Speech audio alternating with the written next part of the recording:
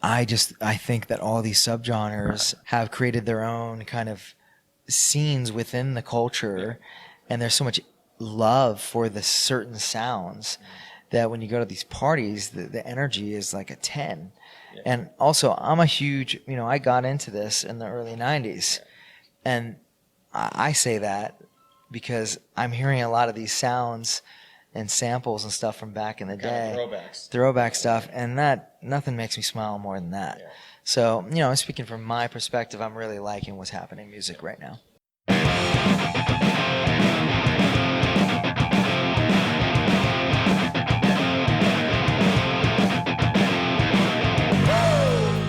Hello and welcome to the first episode of the Musicians Tell Me Secrets podcast. My name is Ryan Stabil, former music journalist, entrepreneur, writer, and the best podcaster in the known universe. That's right, there are alien podcasts on other planets, and I'm better than all of them. So, I'm starting this podcast for a few reasons, primarily because I know that for the hardcore music fans out there, going to see concerts, live music is pretty much what they live for. So, since events by and large have been pretty much banned from, well, all over the world, I thought it'd be fun to relive some of our favorite events and listen to some interesting conversations with some of my favorite artists. So, I recently found these recordings of all these interviews I've done over the years, and I played some of them back, and it's really interesting to hear what some of these artists have to say, a few years back compared to what they're actually doing today. Also, I have a lot of fun stories about each artist and event that I want to share, which many have never been told, and I hope I don't get into trouble for telling some of these. But fuck it, the world's ending anyway, right? So the first handful of episodes are going to be taken from old recordings of interviews I've done with musicians. Then hopefully once things open back up for us, I will be able to do some new interviews. So whether you're a music fan or a musician yourself and maybe you want to learn from some all-star musicians, I hope you enjoy this podcast. This episode's interview is with none other than Pasquale Rotella. And I hope I'm saying that right. I don't know if in this interview I first call him Pasquale, Pascal. When you read a word a lot, but you never actually said it aloud. And the first time you say it aloud in front of a group of people, you say it incorrectly and they all laugh at you. Yeah, I think that kind of happened here. Anyway, well, not technically a musician himself, we're going to go with Pascal for this one. He has definitely had some enormous impact on the music industry and specifically live events. He is the founder of Insomniac, as I'm sure many of you listening know. Insomniac is arguably the world's biggest, best producer of EDM events and festivals. So Pascal travels the world with his beautiful wife, Holly Madison, who you may know from Playboy and I believe the show on E, Girls Next Door, and they put on these larger than life events. You know what? Actually, I think Holly and Pascal got divorced last year. So, you know what that means, guys. She's back on the market. I wonder if she went running back to Hugh. If anyone knows, drop me a comment, DM me. So if you've never been to an Insomniac event and you like electronic dance music, now I know it's not for everybody, but treat yourself once they start opening up events again and go. In addition to performances from some of the most talented EDM artists around the world, they have, these interactive art installations, performance artists who dress in these elaborate costumes, and the best quality sound systems money can buy, which they often make into these functional art pieces. So if you're interested, go. If not, I don't give a fuck. They're not paying me to say this. This podcast has no corporate sponsors or hidden agenda. So, take that for what it's worth. Man, why would his parents name him Pascal? Like, what's the story behind that? And for a fact he got picked on in high school. I bet that Pascal never got invited to parties in high school, and he's like, one day I'm gonna throw the biggest parties all over the world, and none of you will be invited. Yeah, whatever, Pascal. Shut up. Give me your lunch money. See, kids, it does get better. Anyway, this interview was done in 2016 at the first EDM Biz Expo, which was an interesting thing for Insomniac to do. I don't know if it turned out how they thought it would. I don't even think that they still do the EDM Biz Expo, and that's not just because of the pandemic. So one interesting thing from this interview, whenever you see photos of Pascal on the internet, he's always wearing this nice suit, but at the event, he was actually dressed like a typical rave bro. So when I'm walking around the EDM Biz Expo, I think to myself, who is this loser with a parade of hot chicks following him around? And then, later when we sat down for the interview, I was like, oh, that checks out. Also, you didn't see this on camera, by the way. You can see the full video of this interview and others at ryanstabil.com. That's RYANSTABILE.com. And anyway, you don't see this on camera, but just before and immediately after the interview took place, his publicist kept handing him these little green capsules full of this like green herbal stuff, and I don't know what it was. I didn't ask what it was because I was already on drugs at the time this interview took place. But, the more I think about it, man, I gotta get on whatever Pascal's taking. That's like next level shit.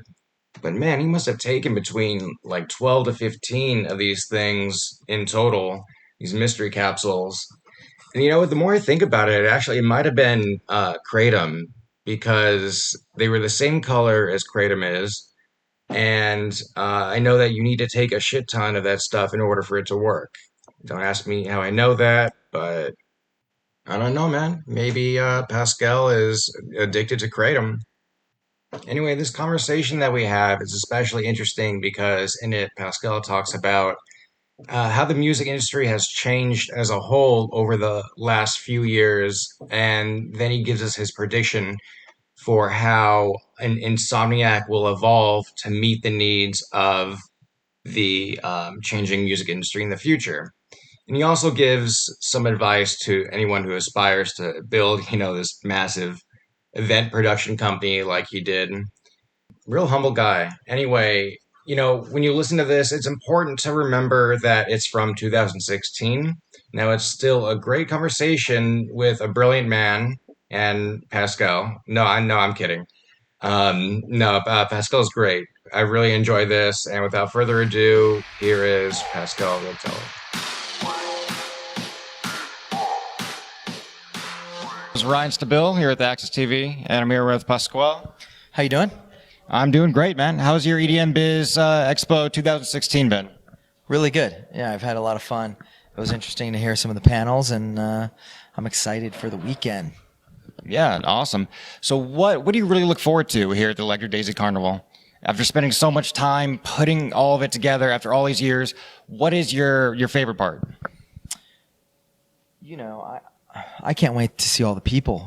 We've been working out there for over a month, and it's empty, and the magic is coming together. The production is coming together, and it doesn't really come alive till everyone walks through the gate. So that's the moment I'm looking most forward to. That's true. So, Pasquale, have you seen just the vibe in the music community and music festivals change over the last 10 to 20 years that you've been in the industry? Yeah, it's changed a lot. It's always changing. Dance music is about, what is next. And what you see today will be very different than what you see next year or, in 5 years, right? But the core values stay the same, to dance, to be your best self, to look out for one another, and it's just it's a beautiful thing. So that stays the same, but everything else changes. So how have you seen the demeanor of the attendees change over the last 10 to 20 years?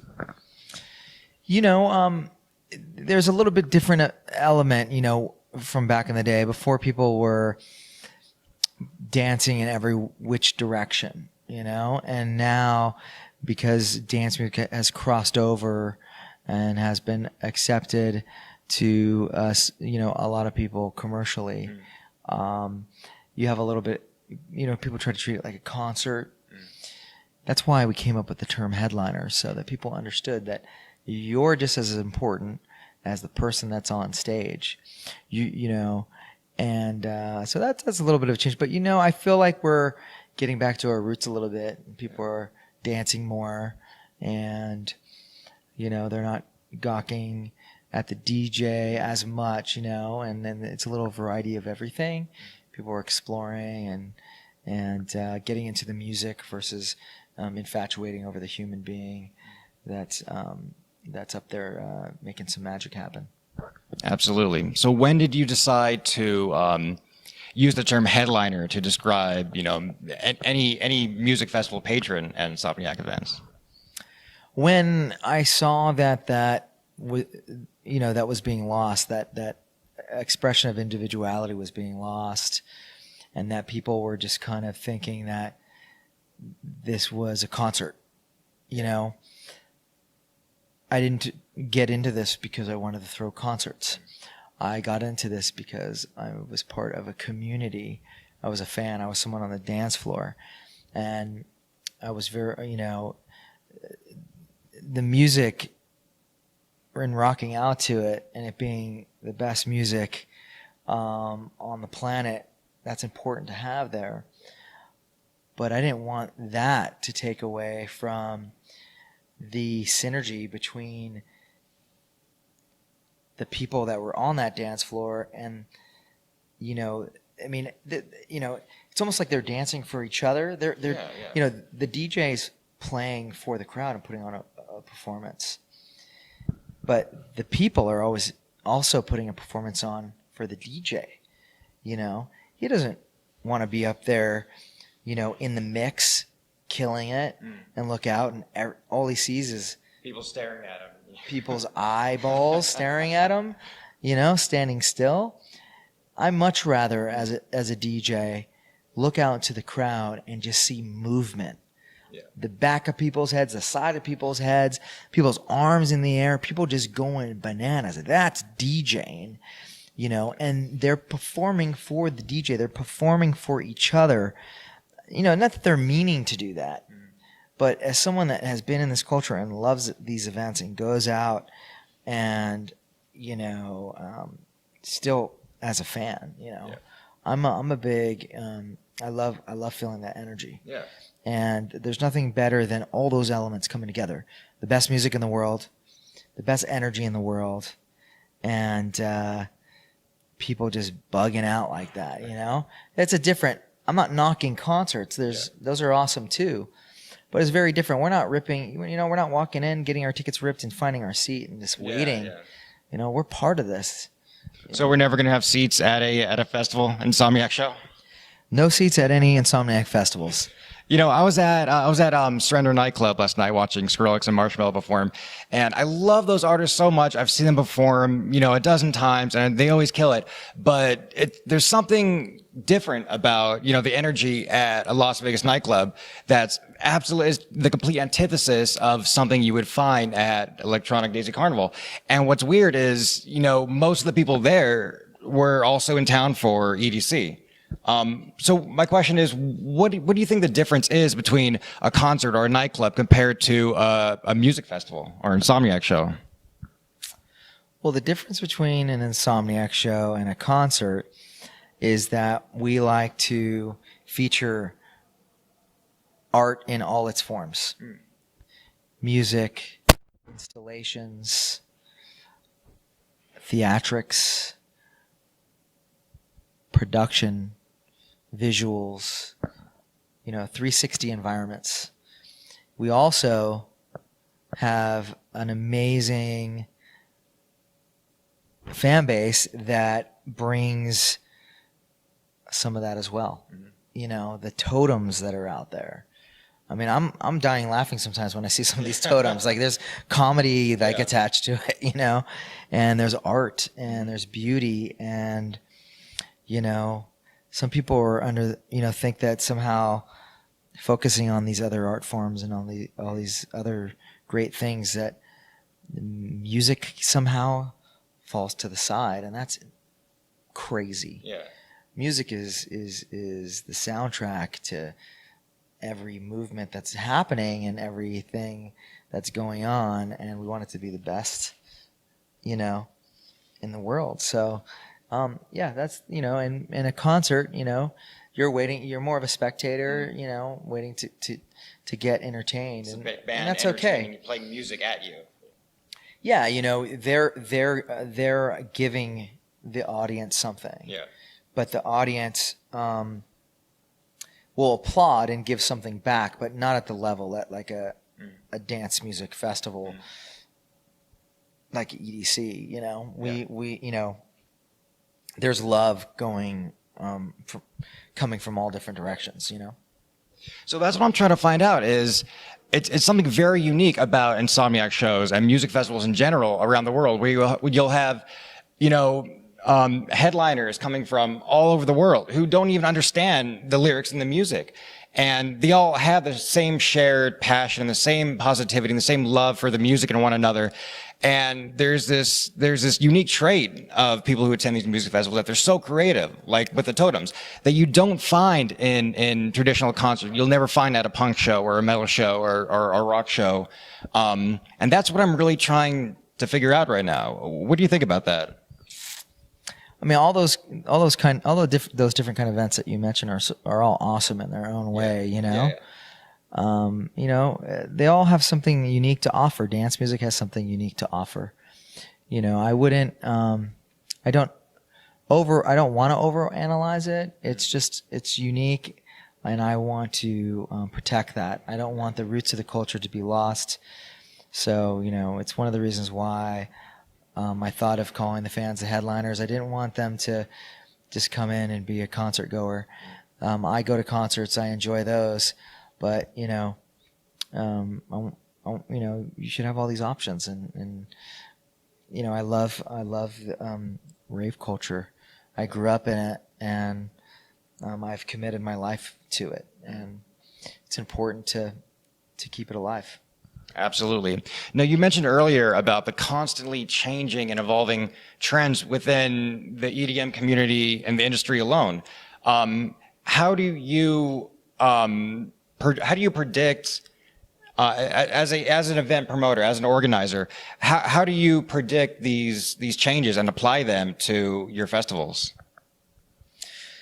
Really easily, because Insomniac is built by people from the dance floor. You know, we get bored if we're redundant.